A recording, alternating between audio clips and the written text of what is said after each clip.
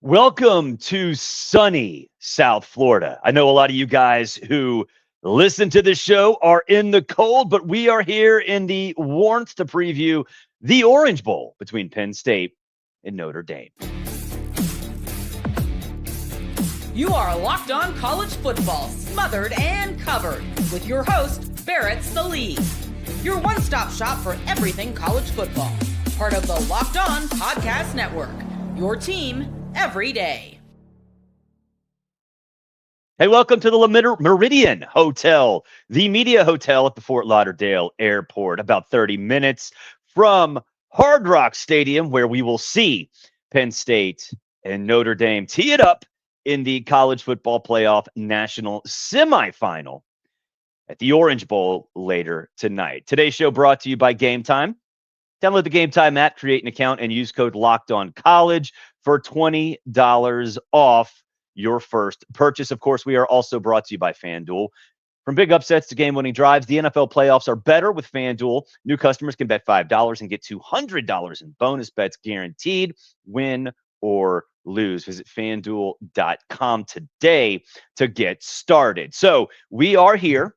Let me tell you a little bit about the scene because, look, at times when you come to these things, you don't get an awful lot, right? The plane is not full of fans for one team or the other. The hotel is not packed with fans. It's just us media idiots. That's not the case for this one. In fact, the vibe around Le Meridian it's amazing. It's amazing, but it's not just this hotel. Story time. Flew down from Atlanta, obviously a major hub. So Penn State and Notre Dame fans went through Atlanta. It's very rare for anybody on the plane to really dig deep into why all of these people have one team or the other gear on. There were strangers asking everybody, hey, why are y'all going down there? Why are y'all going down there? By the end of the flight, everybody knew. And when the flight landed, the amount of "we are" and "go Irish," it was deafening. And there was a flight attendant who was on the flight. Her name was Mandy. Her son is a long snapper at Washington, played in the Sun Bowl. She knew what was going on. So on the way out, she gave every single person with Penn State or Notre Dame gear on a "we are" or a "go Irish," and told all of them, hey, have fun in this city. Enjoy the moment. And it was cool because it felt like college football again was national. I think, look, you guys know I do not like the 12-team college football playoff. But what I do know now is that casual fans understand it. People who don't care about sports understand it. They know what's going on, as opposed to an Orange Bowl 20 years ago where it should be like, okay, whatever. It was it resonated for me. It was a confirmation that we're doing something right in terms of fan interest. And that matters. And that matters. And like I said, it matters in a big way for these teams too. The echoes of the airplane with the fans yelling "Go Irish," it made me thinking about this is a chance for them to wake up those echoes in a very cheesy, more fitting way for Notre Dame. Notre Dame kind of gets viewed as an afterthought. It kind of gets viewed as a pretender. And maybe that's because of its 2 college football playoff appearances that resulted in disaster. Maybe it's the fact that down here right out the window, they lost to Alabama in 2011 or after the 2011 season in blowout fashion. All of that stuff is in the past. All of that stuff is in the past, in my mind. But in a lot of other people's minds, maybe not really. Why? Because Notre Dame, I think, is the most polarizing team in the country. Yes, even more polarizing than Colorado, which has obviously made steps in that direction over the past 2 years. But everybody either loves Notre Dame or hates Notre Dame. So when can they actually establish themselves as a superpower? like they were back in the late 80s when last time they won a national championship. Well, that time's now. That time is right now. This game will determine if Notre Dame can be a college football superpower or is just one of those fringe teams that caught fire and maybe isn't worthy of being a national champion, but because of the stupid 12-team playoff might actually be national champion. This Notre Dame, like, look, a lot of coaches are narcissists. A lot of coaches want to prove that they're the smartest man in every single room. Marcus Freeman is not that. Marcus Freeman did a great job in that Sugar Bowl being humble, showing humility within the confines of the game. Can Notre Dame, can they open things up in the passing game? Absolutely. They've got the dudes. We know Greathouse is there. They've got multiple tight ends. Faison has been awesome in the postseason. By the way, did you know that he played lacrosse? We don't hear that every single second of every single game. It's ridiculous. But they've got those dudes. But what I love about Marcus Freeman, what he did in that game is that when he saw Riley Leonard right, Riley Leonard left, but just off tackle working, he didn't stray from it. When he mixed in Jeremiah Love and then put Price in there after Love got hurt, he didn't change his mindset. He didn't change what he wanted to do because it was working. There are a lot of coaches that would try to outsmart everybody. Kirby Smart did it in that game. He gave Gunnar Stockton way too much responsibility. Marcus Freeman didn't. It was working. Why change it? Make them make you change it.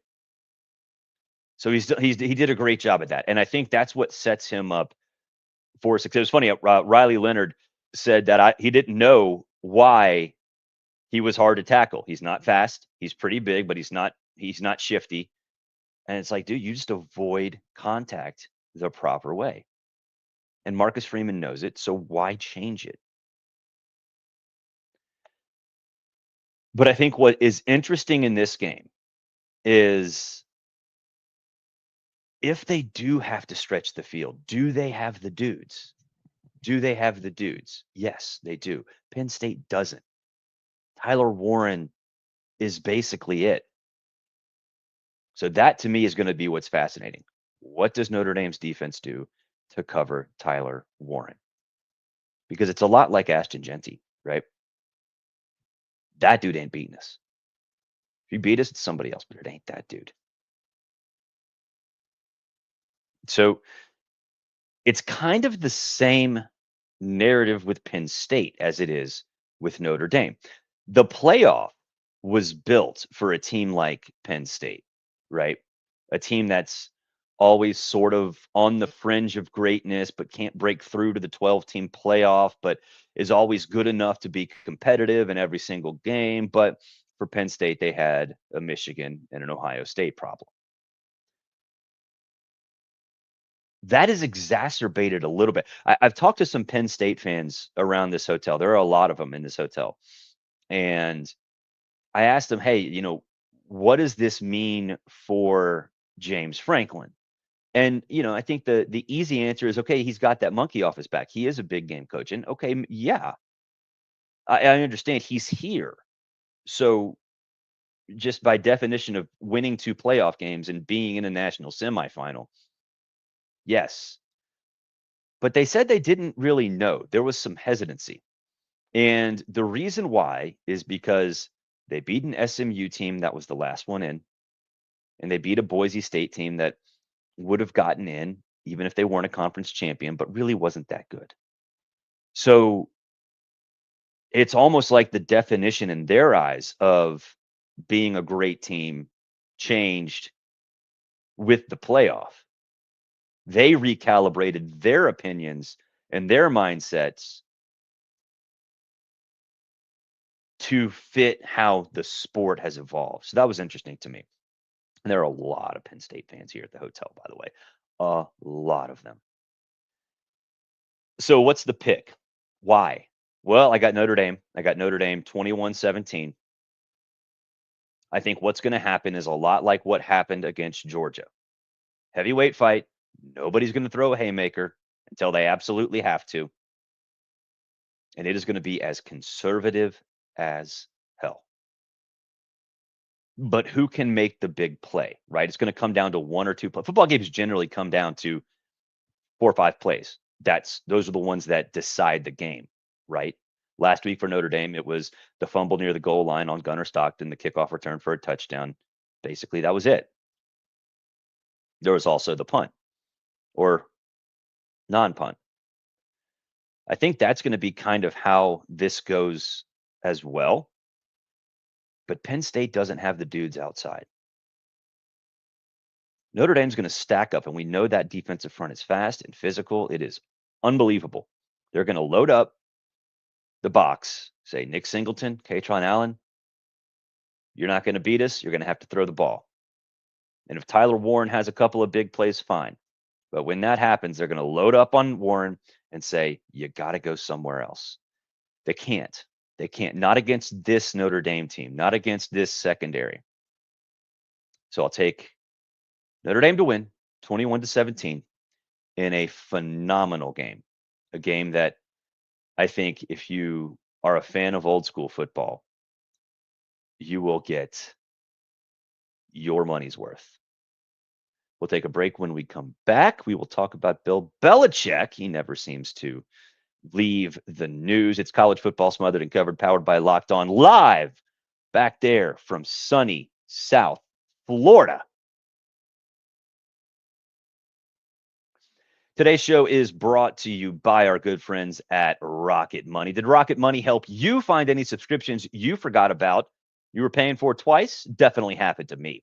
I had a few subscriptions that I didn't even realize I was paying for, and Rocket Money made it so easy to track them down. It's like having a personal assistant for your finances. Rocket Money is a personal finance app that helps you find and cancel your unwanted subscriptions, monitors your spending, and helps lower your bills so you can grow your savings. It brings everything together all in one place, whether it's subscriptions, your spending habits, or even the goals you want to hit this year. Rocket Money has over 5 million users and has saved a total of $500 million in canceled subscriptions, saving members up to $740 a year when using all of the app's premium features. Cancel your unwanted subscriptions and reach your financial goals faster with Rocket Money. Go to rocketmoney.com/locked-on today. That's rocketmoney.com/locked-on, rocketmoney.com/locked-on.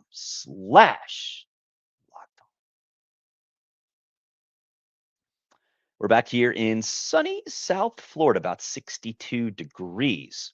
I went to the casino last night, the Giant Guitar, the Hard Rock. It was very, very good to me. Fully recommend going. It looks like a Las Vegas casino, feels like a Las Vegas casino. You just can't go anywhere else if you lose. Didn't lose, so that's good. But I got a text from Delta, and it said, hey, you might have inclement weather on your flight back. That was Wednesday. My flight is Friday afternoon. Oh, crap. We're going to get stuck here. Told my wife, I was like, I'm going to pack for an extra day just in case. Although I don't have epilepsy medicine for Saturday, which could be a problem. I did hopefully fix that, though. All right, Bill Belichick on the move. Ron Burgundy? Kind of felt like this was going to happen. That's why that contract at North Carolina, you have a $10 million buyout, and it drops to $1 million this summer if he goes to the NFL. This was about as predictable as the sunrise. The Raiders, owned by Tom Brady, that part is very interesting. Could they be Belichicked again? Could there be another Belichick scenario like what happened with the Jets? Yeah, I think so. Now, I know we've seen the images on Twitter of Belichick at the houses of high school prospects looking super awkward. I mean, super awkward. That was expected, but it also could be a telltale sign of where he is in terms of his mindset for college football players. Has he gotten sick of it already? He might have gotten sick of it already. It's easy to tell somebody, hey, this is how the sport operates now. It's a little different than when you were a player or coming out of college. When you actually see it up close and personal, when you have to execute it, it's different. It's different. Do I think that Belichick will move on to the NFL? Yeah, I do. I'll go on the record right now. I think Bill Belichick will move on to the NFL before ever coaching a game at North Carolina. I think that's been his plan for a very long time. If the right opportunity arises, and I do think that there are opportunities out there that do entice him. Can you imagine what would happen in Chapel Hill if he leaves? Think about all of the pomp and circumstance, all the sweatshirts, the ripped off sleeves on Bubba Cunningham's suit to all go for naught, man. There's never a dull moment in this sport, and that would be one of the most unbelievable moments we've seen in a very, very long time, and I think it's going to happen. I think Bill Belichick will be an NFL head coach next year and hang North Carolina out to dry. We'll take a break. When we come back, we'll talk about the Cotton Bowl. There's a lot going on in Dallas, and none of it's good. We'll do that next. It's College Football Smothered and Covered, powered by the Locked On Podcast Network.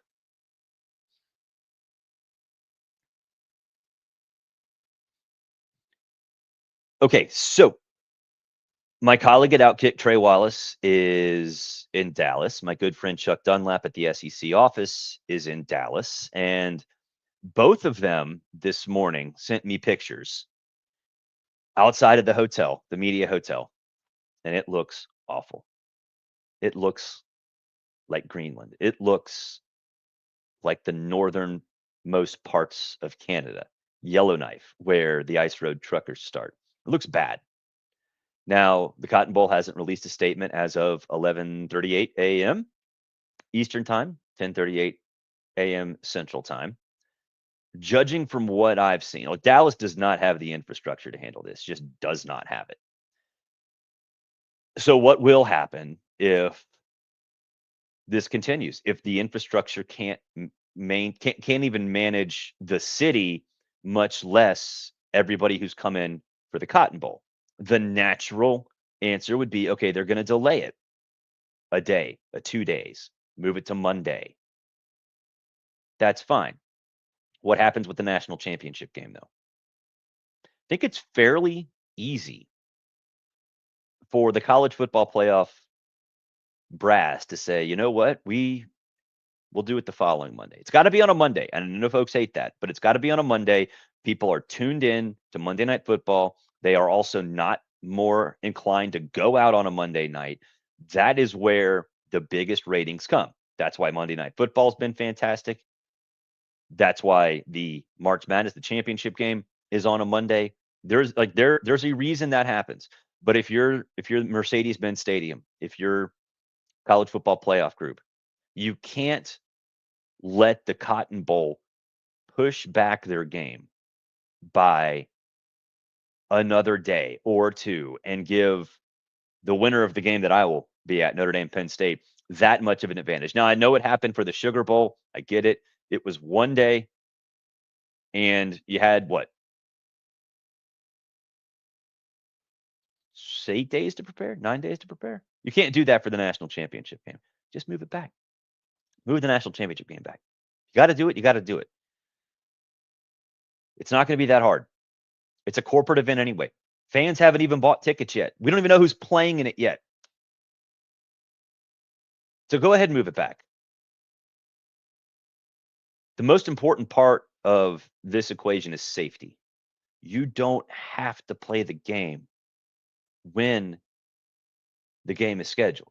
We saw that with the Sugar Bowl. We've seen that a lot with hurricanes, moving games to Monday nights, moving games to later in the season. And on 9/11, the whole weekend was canceled and everything was pushed back.